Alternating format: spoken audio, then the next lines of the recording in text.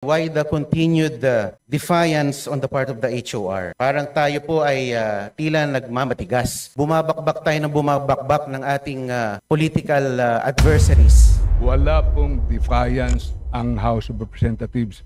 I would like to erase from the record the statement of the Honorable Marcoleta. He is misguided, he is misinformed. I hate to say it, pinipilit niya yung mali. Mali lahat ng sinabi niya. Factual basis, wala siyang factual basis sa mga sinabi niya at hindi ho ayon sa batas yung mga sinabi niya. Ngayon, kung nandun siya, dapat naintindihan niya. Nung sinabi, hindi pinagbotohan, hindi dumaan sa plenary. Bago ka pa lang dyan sa kamera, huwag kang umaastang mas matalino ka pa ni Marcoleta. Ay may tatlong non-lawyers ang na-lecturean siya. Tungkol dun mismo sa rules ng Senate. Medyo mas madaldal nga si Senator Marcoleta, pero hindi naman to paramihan ng daldal eh. Hindi man lang nabasa ng lahat ng congressman at congresswoman ang impeachment complaint. Ano sabi ng mga congressman na kakampi niya? Magrespeto naman kayo mga senador kay speaker. At bakit? Bakit siya respeto? You don't deserve our respect. Dadagan, Balita News Update. Dadagan, Balita. Alright, welcome back mga kabitan. Nagbabalik po tayo dito sa ating munting bahay. Maraming salamat sa inyong walang sawang panonood at sa mga bagong salta at subscribers o mga kabitan. Welcome ho at maraming salamat po sa inyong lahat. Sa mga oras ito mga kabitan, pag-uusapan na naman ho natin itong usapin pa rin ho ng impeachment kung saan po ay nagmamarunong na naman. Tugod to bito talaga itong si Attorney Bukoy. At may ipapakilala ho ko sa inyo bagong certified bangag supporters mga kabitan na mula ho sa mainstream media. At siya po ay pinangalanan ho nating 2.0 version na Noynoy 2.0 version panot mga kabalitaan. At itong si Renz Verano 3.0 version mga kabalitaan na kung saan po ay halata naman po talaga na binabatikos so dito nila si Senador Marcoleta. At yung kaalaman ho nito ay minamalit na naman ho mga kabaitaan. Mabunganga daw si Senador Marcoleta. Alam nga naman hindi mabunganga dahil matalino ho at alam niya po yung batas. Kaya nga po dire-diretso itong nagsasalita na wala hong preno dahil sa kanyang katalinuhan na tinaob po ang minority dyan sa Senado. At mantakin nyo po, 19 na mga senador ang pumanig ho sa naging manifestation at pagpapaliwanag dito ni Senador Marcoleta. Pero pinunaho ito ni Attorney Bukoy na kung saan ang utak ay kinalawang ng mga kabalitaan. Kasing dami ng kalawang ho sa utak ni Tambaluslos. Dahil nga po sinabihan dito si Marcoleta na wala daw kalam-alam sa batas, hindi naintindihan ang batas. Mali-mali daw yung kanyang interpretasyon. Misguided pa di umano mga kabalitaan. Nako po, talagang napakatalino pala itong Attorney Bukoy mga kabalitaan. Kung sino pa yung walang nagawa at naitulong sa ating bayan, siya pa yung mabunganga mga kabalitaan. Pero, butata ho siya dito ni Attorney Rowena Guanzon. Dahil nga po mga kabitan, sabi niya na yung impeachment bago ho isinampal sa Senado, ang nangyari daw, nagkaroon ho daw ng deliberasyon, meeting, at nagkaroon din ng motion para ho ito masampa ho sa Senado. Ayon naman ho ni Attorney Rowena Guanzon mga kabitan na wala ngang meeting eh. Pumirma na nga lang sila eh. Tapos sasabihin na merong tama ho yung ginawa ng articles of impeachment. Nagpalabas na nga ng unanimous decision ang Korte Suprema na unconstitutional. Ay naku po, talaga naman kinukontra pa nila mga kabitan. Pero speaking of kinukontra mga kabitan, ipapakita ko natin muna dito si Congressman Marcoleta dahil ayon pa ni Marcoleta pinagsasabihan na nagmamatigas itong mga kongresista na pinupuna ho pa rin at kinakalaban pa rin ho yung Supreme Court na nagpalabas na nga ng unanimous decision. At itong si Attorney Libanan, naku po mga kabalitaan, galit na galit or masama yung kanyang timplada kay Congressman Marcoleta dahil sa salitang defy or defiance. Pero sila po ay nagpakubliho sa motion for reconsideration. Bakit ho kaya mga kabalitaan? Panoorin natin dito muna si Congressman Marcoleta mga kabalitaan. Yung po bang sinabi ng Korte Suprema ay are we being precluded to initiate impeachment complaints or we're just being taught on how to file a correct impeachment complaint by complying with procedural steps? Tayo po ba'y binabawalan talaga ng Korte Suprema o tayo tinuturuan lamang kung paano maghain ng tamang impeachment complaint?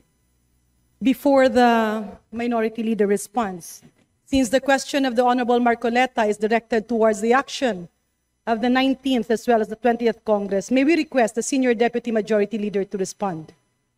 Madam Speaker, we appreciate the exchange of the gentlemen regarding the impeachment as well as the decision of the Supreme Court. May I be allowed to raise a point of order, Madam Speaker? Please muna tayo dito mga kabalitan. No? Tingnan niyo po itong si defensor. No? Mukha nito mapanglinlang mga kabalitan. Kala mo kagalang-galang ho. Tingnan mo. Pormang-porma ho siya dito mga kabalitan. Kung hindi mo ho kilala ho yung taong ito, talagang madadala ho kayo sa bulatik nito. Mabuka rin tong isang hinampak mga kabalitaan. Tayo, hindi natin madadala ho dito sa mga salita nito at pormahan dahil kilala na ho natin kung anong budhi nito mga kabalitaan. Ito'y panig ho sa kasamaan dito sa mundong ibabaw. May we know the point of order of the Majority Leader? Madam Speaker, the discussion has been towards whether or not the House can exercise certain powers, especially in initiating impeachment complaints.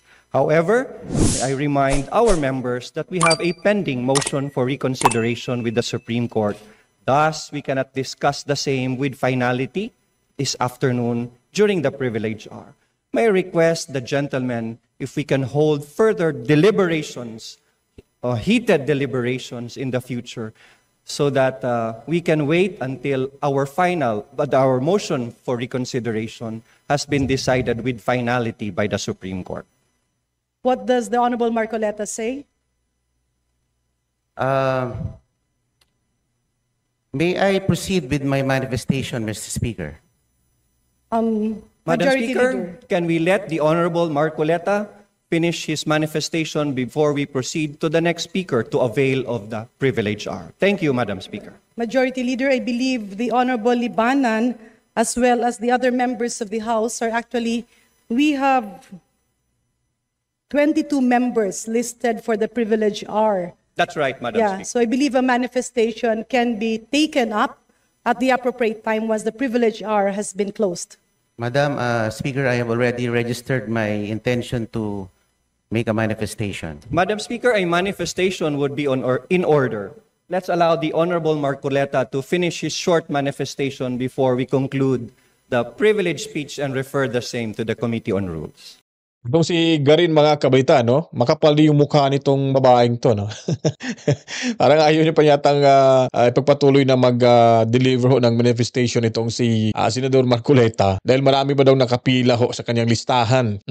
So sa tingin ko, parang hindi pa niya pa alam yung kanyang responsibilidad. The Majority Leader's request is hereby granted. Thank you, Mr. Speaker. Sa pagtatapos po ng 2024, sinabi po ng ating mahal na Pangulo na ang impeachment ay hindi importante. Sabi niya, this does not make any difference to any single Filipino life. So why waste time on it? And despite the admonition of the President, the House, through one-third vote, transmitted the articles of impeachment to the Senate. Why didn't we heed the call of the President? Why did the HRR defy the President's pronouncement? Gusto ko lang pong malaman kung bakit ganun. Parang hindi natin sinusunod ang mga pahayag ng ating Pangulo. Before the Honorable please proceed. Opo. At nung July 25, the Supreme Court, sabi nga nila, inilang dineklara ng articles of impeachment ay unconstitutional at void ab initio.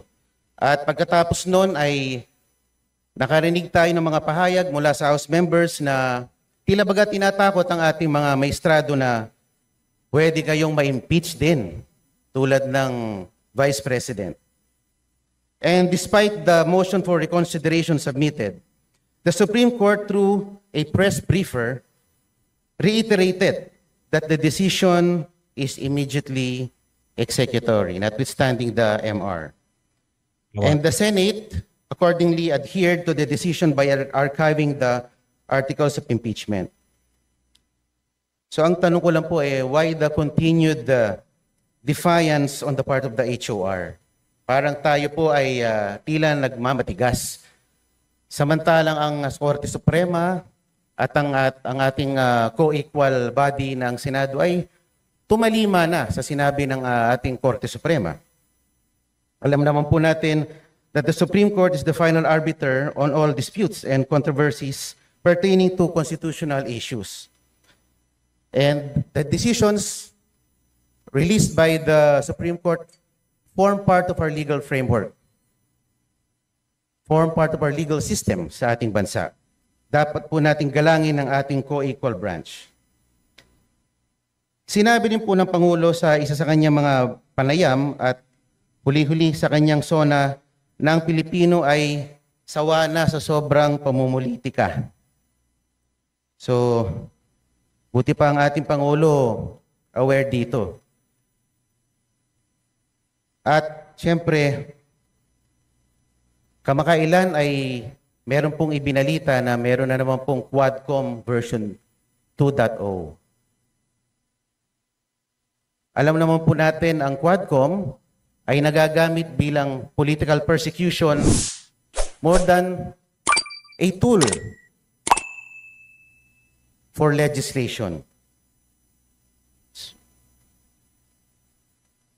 At pinakita pa nga po ng Quadcom sa kanilang performance last year that it assumed judicial and prosecutorial roles, which is beyond the ambit of its legislative function.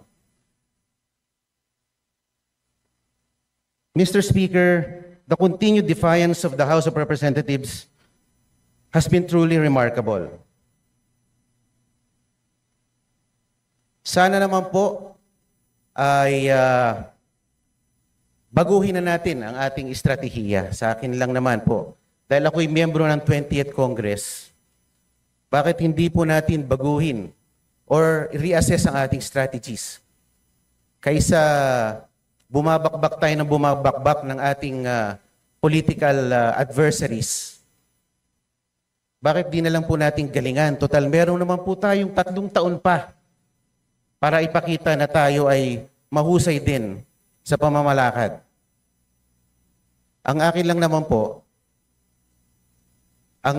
this administration has been characterized by, treating its political adversaries na pag malakas ang kalaban, i-disqualify, i-expel, i-impeach, or i-threaten na i-impeach.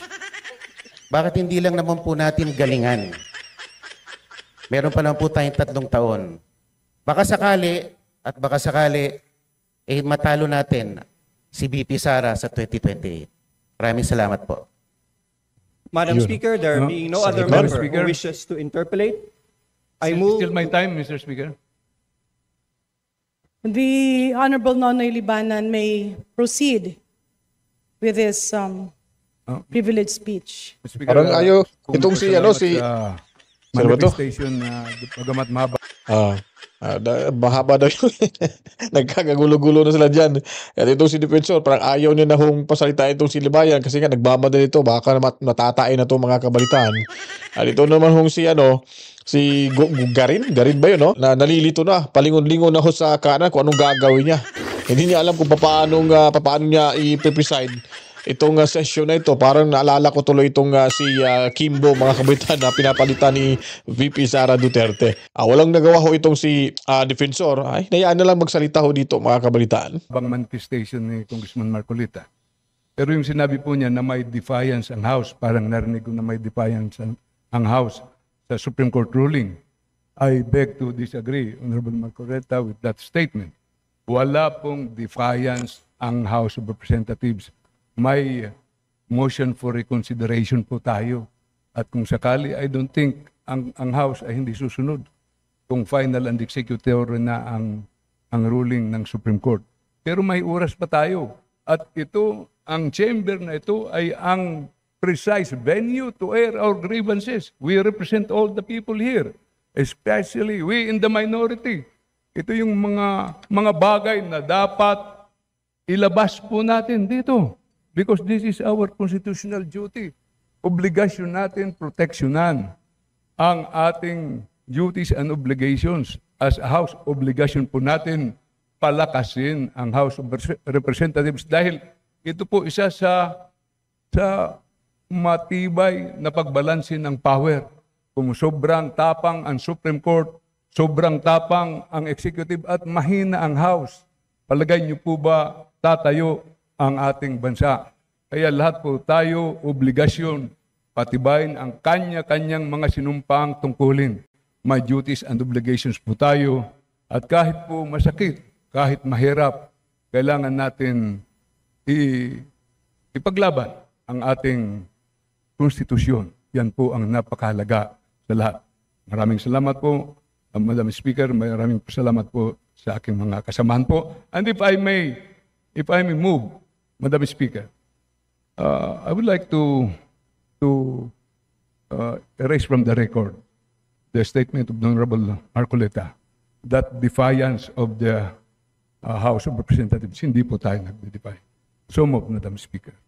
There is a motion to delete from the records the statement, the House is in defiance. Ito, si Libanan, kasasabi niya nga lang kaya kailangan daw, it is our constitutional duty daw, kaya kailangan natin labanan. O ngayon, nagre-react siya sa sinasabi ni Congressman Marcoleta dito na sa terminong defiance or pagdi-defy ho sa naging desisyon ho ng Korte Suprema. Kasasabi mo nga lang yan Hindi mo tatanggapin na yung salitang pagdi-defy ho ng mga tongresista sa naging desisyon ho ng Kamara. Kayo na nga nagsabi dyan, it is your constitutional duty na kailangan ipaglaban kung ano ho yung dapat ipaglaban. Ba't hindi nyo nirespeto itong Korte Suprema na ito? Na sila ho sila lamang ho ang makapag-interpret sa ating saligang batas. But yung interpretation ho nila sa batas na kung saan po ang pagpapaliwanag at ito ay in good faith para matulungan ho kayo sa anong mga gagawin yung bagay dyan, kinokontra nyo na ngayon. So po sasabihin mo, papalitan yung salitang defiance o ano bang salita dahil nakakubli kayo sa motion for reconsideration. Do you think mababaliktad nyo ang desisyon ng Korte Suprema? Do I hear that right, Minority Leader? So any attribution to the statement of the Honorable Marcoleta stating that the House is in defiance of the Supreme Court ruling is hereby deleted. Sige, gawin nyo lang objection. Sinobject nyo na yung desisyon ng Korte Suprema, pinaglalaban nyo talaga. Objection na lang. Objection, Your Honor. Majority Leader. Mr. Speaker, I am amenable to substitute the word defiance if the body will so allow. With the permission of the Majority Leader, Mr. Speaker, the it was my time. He was only availing of my time. The honorable gentleman has not been recognized and have not taken my seat, Madam Speaker. For the record, Bibig nito. we are in the privilege hour. The Honorable Nonoy Libanan has his time. He delivered his privileged speech entitled Senate Action to Archive the Impeachment Case of Vice President Sara Duterte, and the Honorable Marcoleta signified his intention to interpolate and then later on make a manifestation. There has been a motion from the Honorable Minority Leader that statements attributing to words such as defiance be deleted from the records. The Speaker has taken action on that. May we now recognize the Majority Leader. Madam Speaker. Nakagulo-gulo na guys. So much, Mr. Speaker Libanan.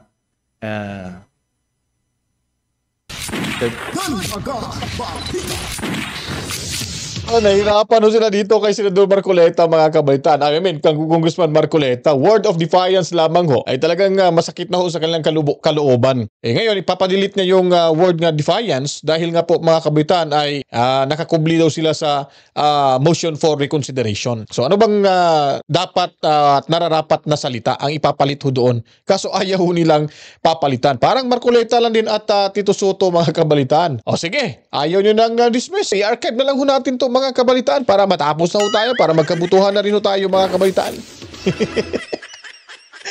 Tapos, itong si Karen, hindi rin marunong, mga kabalitaan, mag-preside. Napapalingon-lingon kahit saan-saan na lang Ang hirap talaga pag wala sa tama, wala sa hulog yung mga leader natin diyan sa Kongreso, mga kabalitaan. Anyways, dito tayo kay Bukoy. kung saan po ipapakilala ko po sa inyo, bangag supporters mga kabalitaan, itong anchors ng ay nagpapakilala na ho sila. Alam niyo kung ba't ko sinabi ho yun?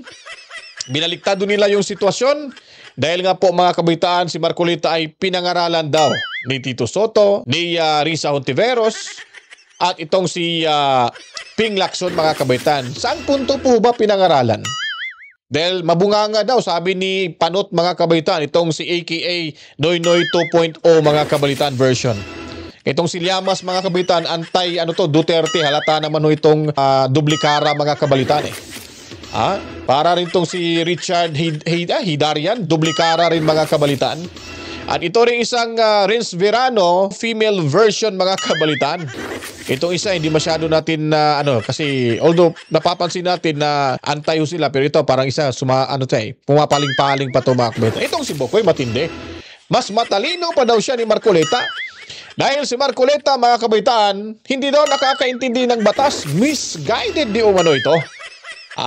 Hindi daw binabasa lahat. Walang alam sa batas mga kabalitaan. Wow, palakpakan natin itong si Hinampak mga kabalitaan. Napakatalino ho ni Bokoy. Ba't hindi siya tatakbo ng congressman or senador man lang sana para malaman natin kung manalo ba ito sa election mga kabalitaan. Pakinggan natin itong si Bokoy. Binabaliktad ang kaalaman ni Atty. Marcolita. Siya na ngayon ang nagiging bida ho dito mga kabalitaan. Pagbigyan ho natin ito dahil hindi ho kasi ito mapapakinabangan sa ating bayan mga kabalitaan kung ganito ho yung klaseng pag-iisip. Kung saan tumanda na, kinalawang na ho yung utak nito mga kabalitaan. And can I have you comment on the conduct of now Senator Rodante Marcoleta? Because during the debate, the Senate debate, his whole argument was premised on the fact, according to him, that the House did not follow its own rules.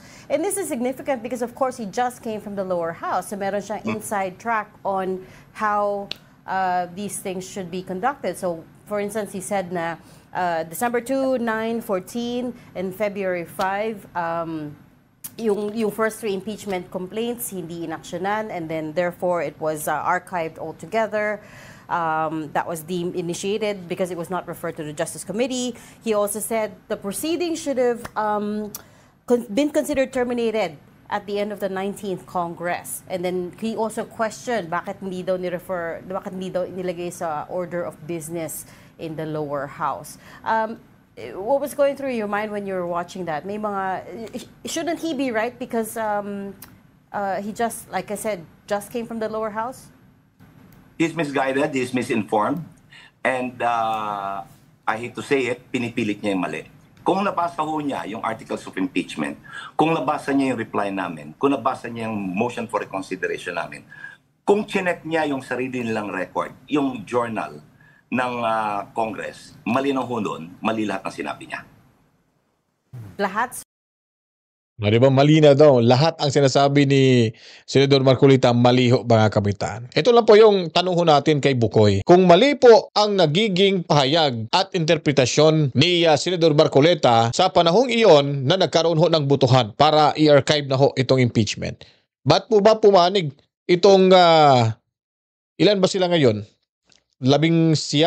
Mali pa ho dito ang interpretasyon ho ni Senador Marcolita. Ba't po ba bumoto yung 19 na senador ho para ma-i-archive ho itong impeachment ni VP Sara Duterte? Ganun lang ho kasimple mga kabitan kung walang alam ho itong si Senador Marcolita. Ibig sabihin ba nun wala ring kalam-alam at hindi rin marunong umintindi sa tamang interpretasyon itong 19 na senador na bumoto ho kontra ho sa motion ni Tito Soto mga kabitan? Yun po yung pagtatanong ho na. Diyan pa lang ho, makikita na ho natin yung kabaliktaran ng utak nitong ni Bokoy at ng ilang tatlong anchor dyan. O, sabihin natin yung dalawang anchorman dyan mga kabaitaan at anchor woman na klaro hong pumanigo sila sa mga bangaga, mga kabalitaan. Sir. Lahat. Lahat ho mali. Factual basis, wala siyang factual basis sa mga sinabi niya at hindi ho ayon sa batas yung mga sinabi niya. Oh, hindi ayon sa batas, But he participated in the plenary, no? Sa House. I'm sorry? During the impeachment, yung nag-deliberation sa plenary. Okay. Kasama po siya ron, hindi ba? Well, dapat, nandun ho siya. Dapat nandun siya. Ngayon, kung nandun siya, dapat naintindihan niya. Nung sinabi, hindi pinagbotohan, hindi dumaan sa plenary, Ibig sabihin, either wala siya doon or hindi niya inintindi or he refused to understand. Yun lang ho ang nakikita ko doon eh. Then, ang isa pa ho dyan, hindi niya naunawaan yung saligang batas at yung kanilang sariling impeachment rules. Pero most importantly, yung factual basis niya mali eh. It is not in conformity with the records of the House. Wow! Mali po. Wow! Talino, napakatalino. Palakpakan natin itong si Bukoy, mga kabitan. Kahit paminsan-minsan, palakpakan natin. Para sabihin natin may silbi naman ho yung kanyang mga pagpapaliwanag dito, mga kabitan. Ha? Dahil daw, hindi daw naintindihan, walang alam, at mali daw. Ano pa ba yung sinasabi niya patungkol sa impeachment? Ito na nga si Chubichanco nagsabi eh. Hindi nga niya alam na nagpirmahan na nga kayo dyan sa impeachment laban kay BP Sara Duterte. Tapos sasabihin mo, hindi dumaluho sa deliberation itong si sino ba to? Si Senador Marcoleta, mga kabitan. Napakatanga ho, mga kabitan, magpaliwanag itong taong to. Kung tama ho kayo, sana pinaikutan nyo na ang buong kamara sa bawat tongresista dyan ng mga articles of impeachment. Ni isa nga, wala ngang nakita si Marcoleta. At umamin na nga yung ilan sa kanila na hindi talaga sila nakabasa. At yung iba ay nakabasa, hindi lang inintindi. Yung iba pumirma na lang ho, mga kabalitaan. Ano pa ba yung kulang ho sa pagpapaliwanag dito ni Congressman Tiangco? Napakabigat na ho ito dahil kaalyado na ito at ito yan nilaglag na ho kayan sa kamera. Ikaw mismo, bago ka pa lang dyan sa kamera, huwag kang umaastang mas matalino ka pa ni Marcoleta. Napakalayo mo, wala ka pang nagawa ho sa buong buhay mo sa ating batas o sa ating bansa kung ano na yung naiambag mo. Hanggang bukang bibig ka lang, hanggang ngawa ka lang na ngawa at sasabihin mo pa na walang alam sa batas at hindi naintindihan ang batas ni Senador Marcoleta, mga kabalitaan. Napaka-hausyaw ho itong abogadong to. Ewan ko ba, ba't naging abogado to? Utak nito, baliktad din naman pala, mga kabalitaan. Attorney, during the Senate voting noong August 6, ay may 3 non-lawyers ang na-lecturean siya. Doon mismo sa rules ng Senate. August 8 yung voting. August 6. August 6 nag-caucus. August 8 yung voting. Hindi, August 6 May nag-voting. August 6. Yung voting. August 6 ba? yung voting. Ano, naalala ko dahil yun yung bombing ng Nagasaki eh. That's right. Oo nga pala, sorry. Well, nung sabi sa kanya ni Ping Lacson, parang hilaw yung pag-unawa ni Senator Marcoleta mismo sa rules ng Senate. Ganon din si Senator Ping and Senator Soto at saka si Senator Hontiveros. All of these three are non-lawyers, pero nauunawaan nila yung rules ng Senado. Nauunawaan nila yung Article 11 ng ating konstitusyon. No? Medyo mas madaldal lang nga si Senator Marcoleta as you experience naman sa House. No? Pero hindi naman to paramihan ng daldal eh. Parang storycon lang yan eh. Maliho yung kanya. Understandable naman at least yung ano. I'm sorry. Hindi, kung sa Senate, understandable kasi bago siya ron. Pero importante kung yung sa House, if he misread your rules, ayun, medyo significant yun, ano? Yes. Dito natin makikita, mga kabitan, kaya sinasabi ko sa inyo na welcome ho sa bagong taga-suporta ng Bangag, mga kabitan. Itong dalawa masyadong mabuka tong si Renz Virano 2.1 female version, mga kabalitaan eh. Itong si Panot, no, si Llamas at aka Noynoy 2.0 version, mga kabalitaan, na nagpapakita sa kanilang suporta ng mga bangag. Kilala naman ho natin to kasi makadilaw talaga to, makalene to, at makanuy-nuy din to, mga kabalitaan. Alam niyo po, makikita ho natin na bias din sila dito sa sinasabi, ba't hindi ho nila babanggitin yung naging desisyon ho ng Korte Suprema, yung pamumuna ng Korte Suprema laban kay Senador Risa Hontiveros, na nagpapalabas pa ho at gamit ng isang jurisprudence ng League of Cities in the Philippines, mga kabalitaan, na unanimous decision mula ho daw sa Supreme Court en banc na binaliktad din daw umano ang desisyon na ito.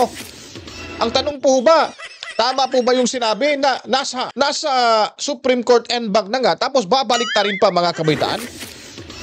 So, ang baliktad dito yung utak ni Hontiveros, itong si Llamas, itong si Renz Virano 3.0 na to, kay may 2.1 mga 2.0, mga kabalitaan, si John Vic Rimulya. Itong babaeng to, na kung saan po, mga kabalitaan, binaliktad ng Supreme Court en banc. Saan po ba tayo makakakita ho nito? Na yun na ho pinakahuli-hulihan na lalapitan ho natin para magkaroon ng pinal na desisyon sa bawat kaso ho ng individual na para mapabaliktad ito. Di ba? O ba't hindi ho nila ito babanggitin dito mga kabaitan? Ba't ayaw ho nilang ipalabas yung naging komento at pamumuna ho ng Korte Suprema sa naging pahayag ni Risa Hontiveros? O, di ba? Saan pa ba yung facts na sinasabi ho natin dito? Kasi kung kayo po ay maniniwala ho kayo sa dalawang anchor na ito, itong si Llamas at itong si Panot at saka itong si 3.1 3.0 Renz Verano mga kabaitan version, wala ho talaga kayong mapapala ho dito. Mas lalong sisira yung utak nyo dito at paniniwala mga kabaitan dahil ito ay panig ho sa kasamaan. Ganti-gantihan yung style nila at ginagamit ho nila yung kanilang yung mainstream media para ho sisiraan si Inday Sara Duterte, sisiraan si Tatay Digong Duterte. Kasi makikita natin bayad ho sila mga kabaitan, lalo na si Tamba na nagmamayari na ho ng isa sa ano ba yun, yung Dizzy. Basta sa ABS yung mga kabaitaan, di ba? Makikita na ho natin dito mga kabaitaan na talagang pinagtutulungan ho nila ang taong gumawa ho ng kabutihan para ho sa kinabukasan ng bayan at ng mamamayang Pilipino mga kabaitaan. At itong dumagdag na rin na isang kinalawang ng utak ni Attorney Bukoy, mas lalo ho silang naging bangag ho dyan sa kanilang mga pinagsasabi. Kasi kung miyembro siya ng Kamara, dapat nalaman niya kung ano yung actual na nangyari. Like yung hindi ni-refer yung tatlo na article na complaints sa Committee on Justice. Ang importante ang tinitigyan niya na timeline, yung 10 session day rule referral. Yes. Inclusion rather in the order of business. Kasi it doesn't go directly to the Committee on Justice. It goes first to plenary, including it in the order of business within the 10 session day period. Pasok ko yan doon, pati yung ika-4. So there was no violation of the 10 session day rule. Nung binasa doon sa agenda, unang tinukoy yung tatlong complaint, no? Na final ng akbayan, ng makabayan at ng civil society, ng clergy. And then sinabi yung ika-4. Ngayon, yung ika-4, meron ng 1/3, more than 1/3. So yun na, ayon sa Constitution, ang articles of impeachment, and this should now be transmitted to the Senate for trial, forthwith. So there was no longer any need for the 3 prior complaints to be referred to the Committee on Justice because superseded by the 4th na articles of impeachment na. And then, inapprobo ng plenaryo yon, yung motion ni Congressman Dalipe na i-transmit to the Senate yung articles, yung fourth impeachment complaint. And then they had a recess. Pagka-recess, nagbotohan muna pala, bago mag-recess, nagbotohan, they elected the public prosecutors. Then, session was suspended.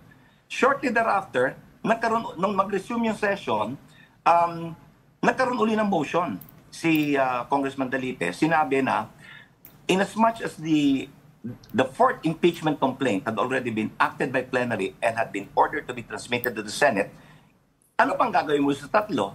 Nag-trigger na yung 1-year bar rule with the transmittal, with the approval by plenary of the 4th impeachment complaint and transmittal to the Senate. Ang 4th impeachment complaint ang nag-trigger ng 1-year bar rule, not the 3. Ligtad na eh. Not the 3. So, hindi na kailangang i-refer to sa Committee on Justice. Kaya, in-archive na. In-archive na. So, sir, dito ho sila nagka-problema sa archive na ito. Sabi pa ni Attorney Francisco, wala hong nakasulat sa saligang batas sa ating konstitusyon na kung sino ho yung mag-file ng impeachment, una, pwedeng i-archive ito mga kabalitaan. Ito'y katangahan. Ilusyon nyo lang ho yan dyan dahil kayo ay nagpapauto ni Bonjing, ni Baby Bonjing. Ano bang tawag ni Almi doon? Baby Bonjing or Baby Giant? Ano ba yun? Basta yun na yun ho mga kabalitaan. Yun ho ang problema dyan na mas naiisahan ho kayo ni Tambaluslo sa kanyang kabaliktaran sa pag-iisip. Pati kayo nahawaan na rin. Sabi na nga ni Attorney Francisco na walang salitang i-archive ho ang unang mag-file ng impeachment at pwede na yung pangalawa or tatlo or yung pang-apat na ginamit ho ninyo. Wala ho yun, sir. Minsan naman kasi manalamin ho kayo. Sir, isip-isip mo naman ho. Mag-isip naman ho kayo kung anong tama yung sinasabi mo.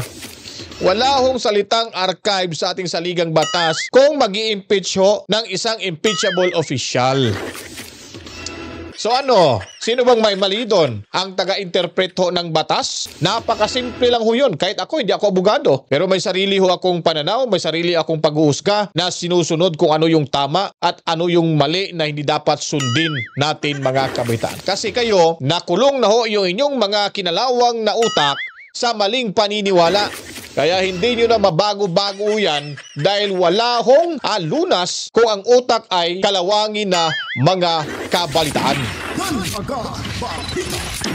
So ngayon, hindi natin ito tapusin kasi wala ho tayong mapapalaho dito sa programang ito. Lalo na itong si Panot, lalo na itong si 3.0 version Renz Verano mga kabalitaan. Dito na lang ho tayo makinig kay Attorney Guanzon kung saan po may bana to siya dito kay Bonjing.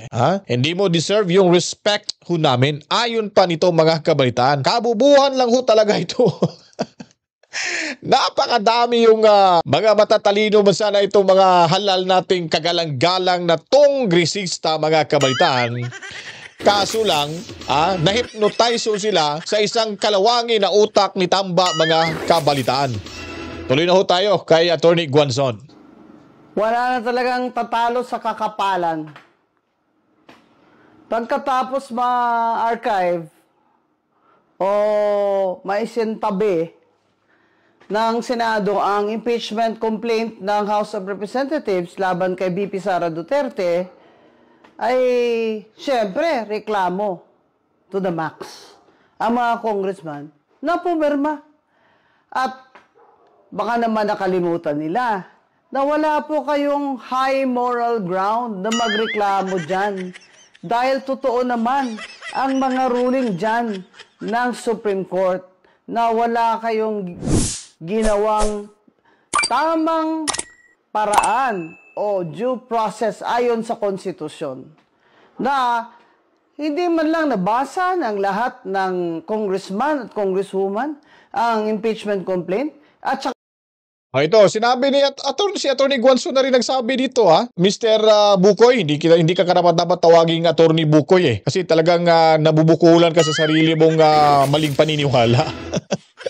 Hindi nga nila nababasa meaning physically wala ho silang nakitang articles of impeachment. Ba't sinasabi mo na meron hong articles of impeachment na pinapakalat na nagkakaroon pa kayo ng deliberation dyan at nagkaroon pa ng motion itong si Dalipe? Ipakita mo kaya yung video para maniwala ho kami na inupuan nyo ho talaga ito, pinag-uusapan nyo ho talaga ito sa plenaryo para ho maging legal ang articles of impeachment at maisampa ho ito diretso ho sa Senado. Diyan pa nga lang pag-i-endorse nyo, pag-re-refer nyo po mga kapitan sa Committee on Justice, hindi nyo nga nagawa-gawa. Yan ay isang number 1 violation ho yan mga kapitan. Paano po ba ma-justify po yun na tama po yung articles of impeachment? Kung sa piskalya pa mga kabalitaan, there's no probable cause, case dismissed mga kabalitaan. Yun po ang malinaw ho doon.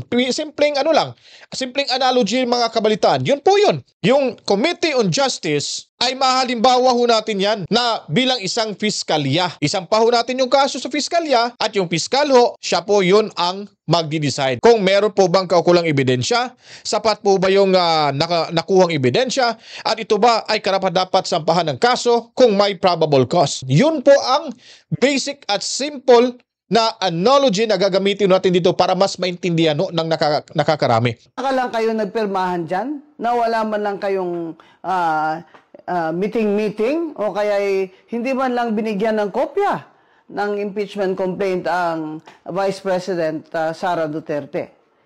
Dalawang katagalang naman po sinasabi ng Supreme Court.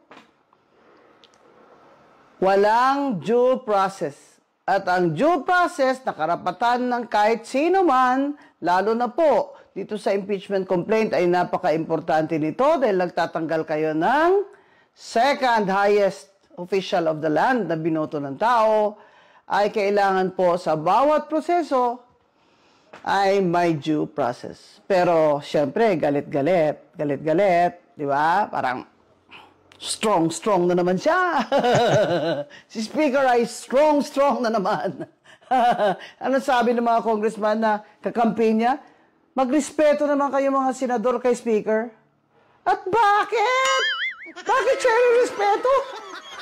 Di ba yung ginawa niya yan? Hindi ba yan walang respeto sa konstitusyon? At bakit sila respeto? Dahil Speaker siya?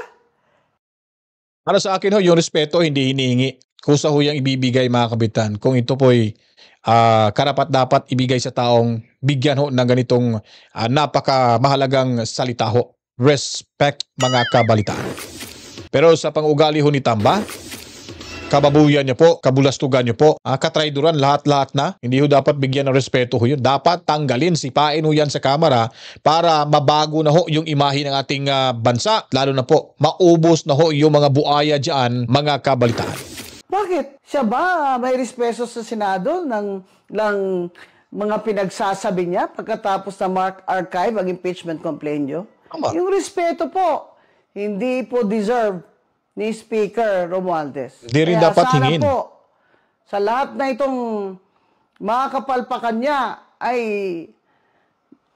makonvince na si BBM na talagang dapat na po na magbitiw ang pinsan niya as Speaker. Respect? You don't deserve our respect.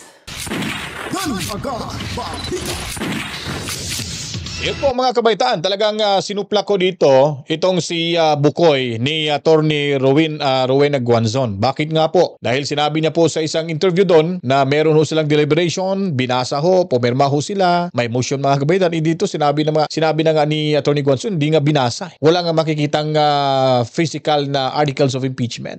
Ayon din ang sinabi ho ni Attorney Marcoleta at yun ang isa sa mga dahilan kung bakit to naging unconstitutional ang impeachment ni VP Sara Duterte sa isinampang kaso ng mga buaya dyan sa House of Reptiles and House of Retaliations, mga kabalitaan. Kanina ho, nabanggit dito ni Llamas na maboka daw, mabunganga daw itong si Senador Marcoleta. Dapat lang mabunganga si Senador Marcoleta dahil alam niya kung ano ho ang katotohanan. Kung ang tao po ay hindi maboka, let's talk mga kabalitaan, kung nasa ganito na hong sitwasyon, malamang wala ho yung nalalaman. Sino yung walang nalalaman? Halimbawa na lang, itong si Kiko Pangilinan. Ilang beses lang ba yung tumayo nagsalita? Itong si Bam Aquino, pumapaling-paling rin pag nagsasalita patungkol sa pag-archive ng impeachment. Itong si Risa Hontiveros at itong si Soto, ang sarap pag untugin yung mga ulo nito mga kabalitaan. Nagamit lang ho yung ChatGPT mga kabalitaan ni Hontiveros. Mali-mali rin naman. At itong si Soto, mahilig makinig sa matandang bulungero, dating ahas di umano ayon pa ni Senador Marcoleta ay ngayon naging tao na. Kaya kakaunti na lang yung ahas mga kabalitaan sa mundong ibabaw mga kabalitaan. Kaya kung nagustuhan niyo po itong ating video presentation, huwag kalimutan po paliguan ng maraming likes, buhusan ng maraming komento, reaksyon, opinion, suggestion para malaman ho ng karamihan kung ano makakaganapan sa ating lipunan. I-share nyo na rin po ang video ito. At sa lahat ng mga nanonood, pindutin nyo na rin ang notification bell. Subscribe na rin ho kayo para mas maging masaya at dumami pa ho tayo dito sa ating munting bahay.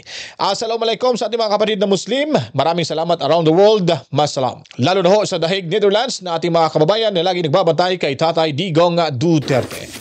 Ganon din po sa ating mga sinasaluduan lagi, araw-araw, minuto, yung ating makabagong bayanin nating bansang overseas Filipino workers around the world. Maraming salamat to. Mga kapatid din nating seafarers sa ibayong dagat, mabuhay ho kayo. Ana Santos at Corazon sa Japan. Lalo na ho si Mami Rose dyan sa Lapu-Lapu City sa Cebu. Tobias family. Kinagitso tayo sa ating pagbabalik para ho sa karagdagang mga impormasyon, komprehensibong balitaan sa ating munting bahay. Kinagitso tayo sa ating pagbabalik. To God be the glory. Mama, chip. Mwah. Peace out.